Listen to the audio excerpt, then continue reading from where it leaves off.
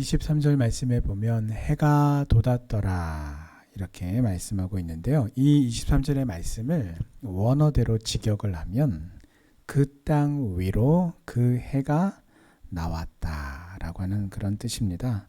자, 그 땅 위로, 그 땅은 어떤 땅입니까? 심판받은 땅이에요. 엎어진 땅이에요.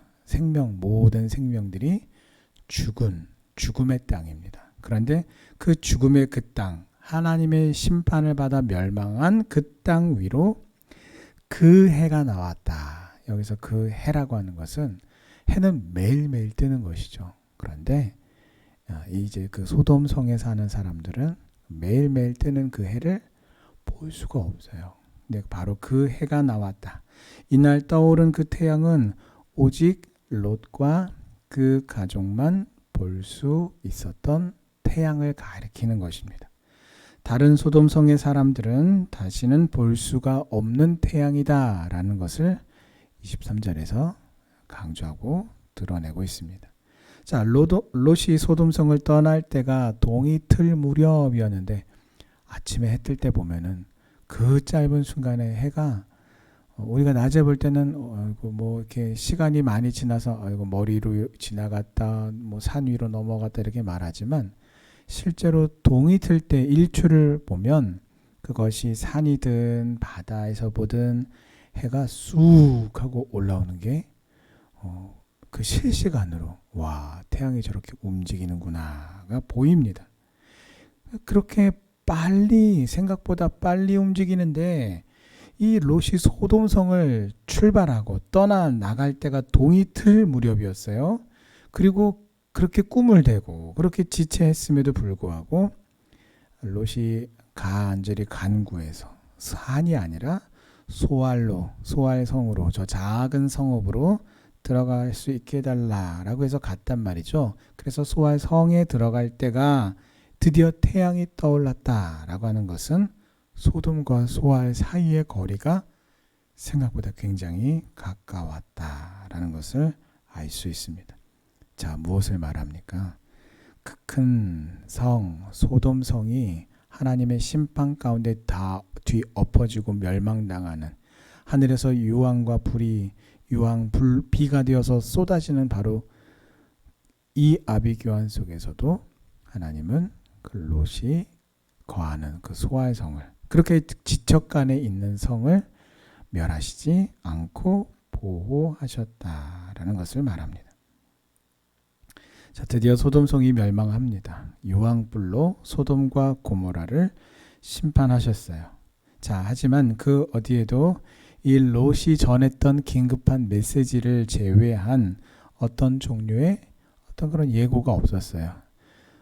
요즘에 아주 이스라엘하고 이란 사이의 전쟁이 아주 말도 못합니다. 그래서 미사일과 뭐 폭탄 정도가 아니라 뭐 대륙간 미사일이 막 날아다니고 말도 못하더라고요. 그래서 영상에 보니까 하늘에서 정말 그 포탄들이, 미사일들이, 로켓이 비와 같이 떨어지는데 뭐 온 도시가 떠나가라고 막 경보 그 음이 막 울리고 난리가 났어요. 보니까. 자, 그런데 오늘 이 소돔성에는 그런 어떤 종류의 경보가 울림이 없습니다. 소돔성의 사람들은 아무도 하나님의 심판이 임할 것이다 라고 생각하지 예상하지도 못한 때, 바로 그 시간에 세상의 종말과 심판을 직면해야 했습니다. 노아의 홍수 때와 똑같아요. 자, 그렇다면 노아의 홍수 때도 소돔과 고모라의 멸망 때도 그랬다면 여러분 앞으로 또 어느 때도 그렇겠습니까? 예수님의 재림의 때에도 이와 똑같을 것입니다.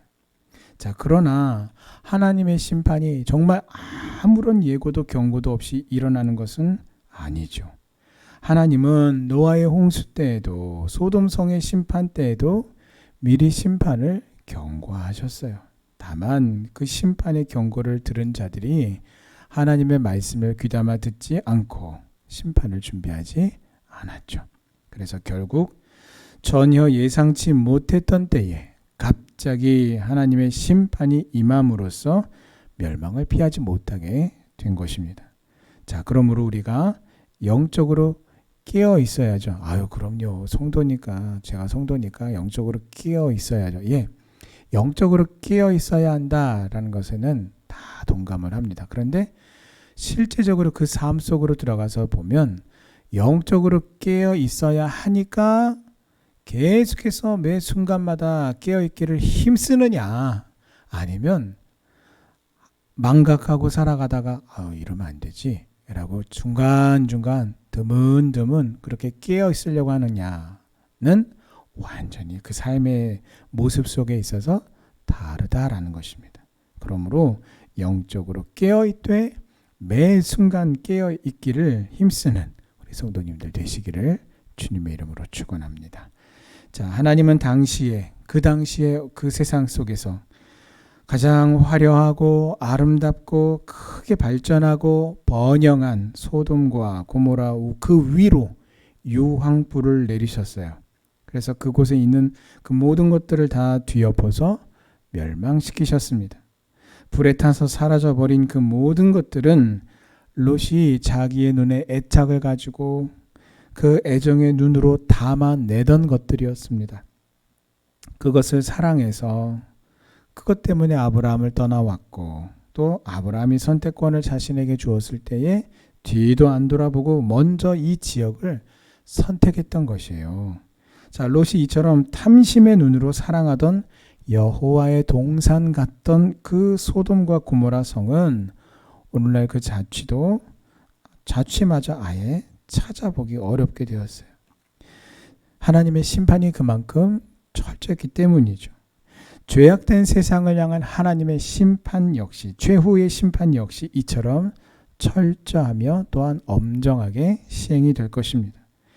이미 우리가 구원을 확증받은 성도이지만 이 세상에 대한 하나님의 철저한 이와 같은 심판을 우리가 생각해 본다면 다시 한 번 더 우리가 경건한 두려움을 가지며 또한 동시에 세상에 우리가 집착하지 않기를, 우리가 탐심을 가지고 세상을 우리 마음에 담아두지 않기를 확신하는 우리 성도님들 되시기를 주님의 이름으로 축원합니다.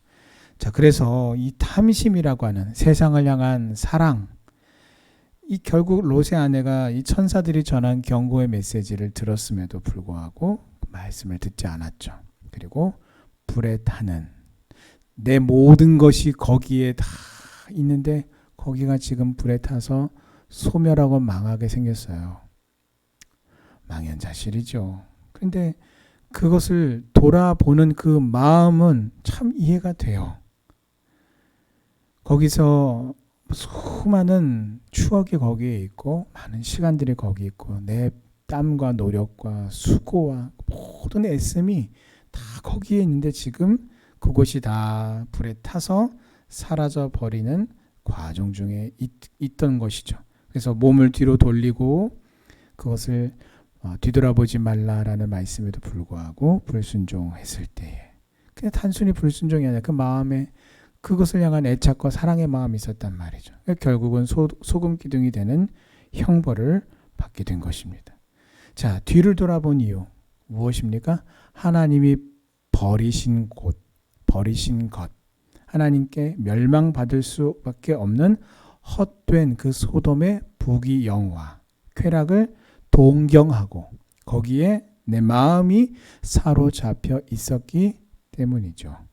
하나님께서 경고하심에도 불구하고 하나님이 버리신 것을 향해서 미련을 가지고 포기하지 않고 집착하면 결국은 그것이 멸망할 때에 같이 멸망할 수밖에 없다라는 것을 꼭 기억하시기 바랍니다. 자, 아브라함은 아침에 일찍 일어나서 여호와 하나님 앞에 본인이 가서 서 있던 곳, 하나님께 간구하던 그 자리, 기도하던 그 자리로 다시 가보았습니다. 왜냐하면 소돔과 고모라를 심판하시겠다라고 하나님께서 말씀하셨기 때문이죠. 그리고 그곳에 바로 자기의 조카 롯이 있었기 때문이죠. 그 새벽에 일어난 그 유황불로 인한 심판으로 소돔과 고모라는 불에 다 타버렸어요. 그래서 아브라함이 그곳을 쳐다보았을 때는 마치 연기가 옹기를 굽는 가마터에서 연기가 올라가듯이 시커멓게 연기들이 치솟아 올라가는 것을 발견하게 되었습니다.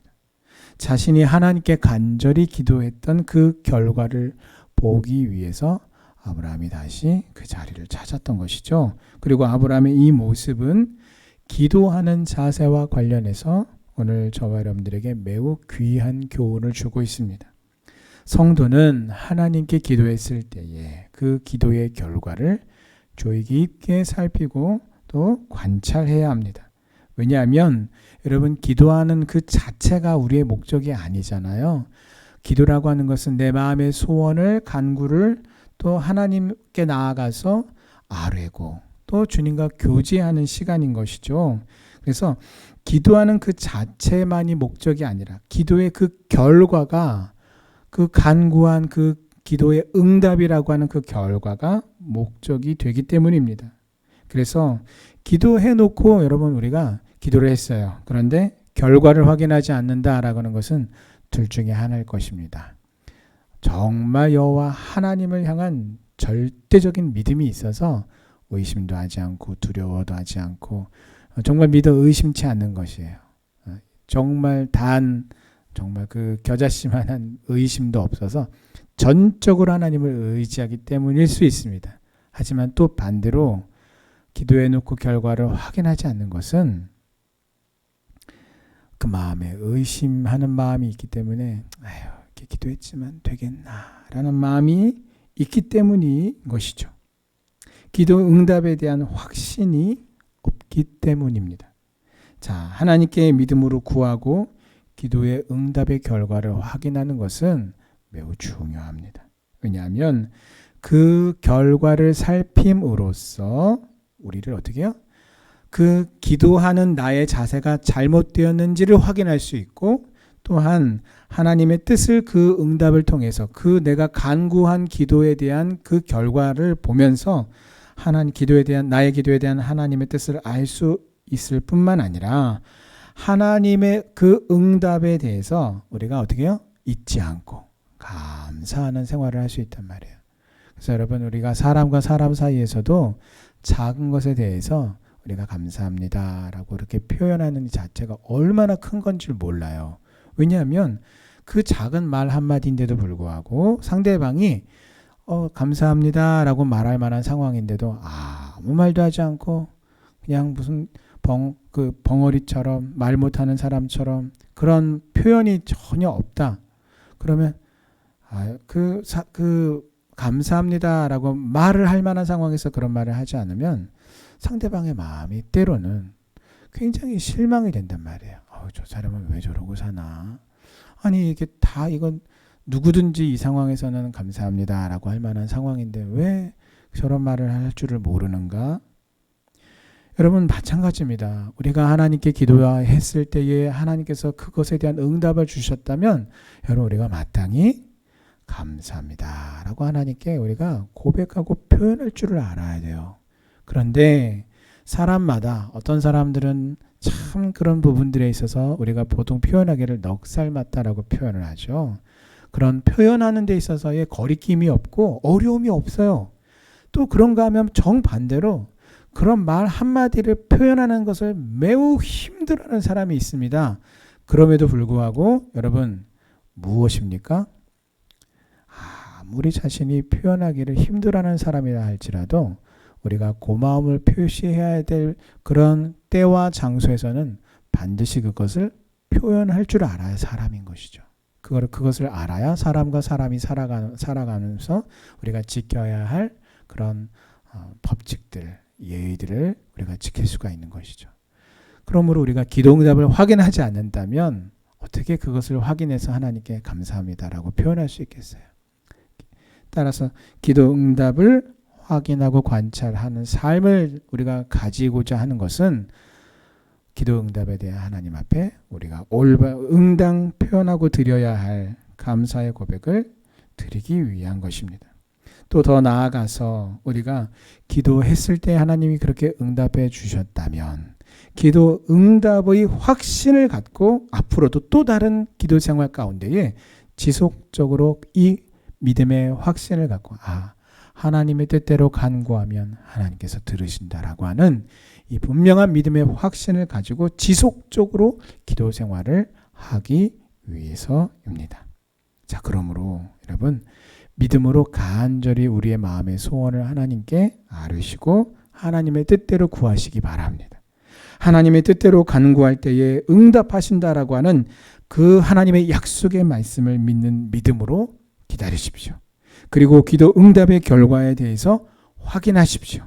그 확인을 통해서 방금 말씀을 드렸던 수많은 피드백을 가지고 나의 기도의 방향을 개선해 나가고, 또 혹은 나의 기도의 방향을 완전히 수정하든지, 또는 더 큰 확신을 가지고 기도하시기 바랍니다. 그래서 오늘 나에게 주시는 이 하나님의 말씀대로 행하셔서 하나님의 크신 일을 경험하고, 그 경험함을 통하여 여호와 하나님 앞에 마땅히 올려드려야 할 감사와 찬양과 영광과 존귀를 올려드리는 우리 성도님들 다 되시기를 주님의 이름으로 축원합니다. 아멘.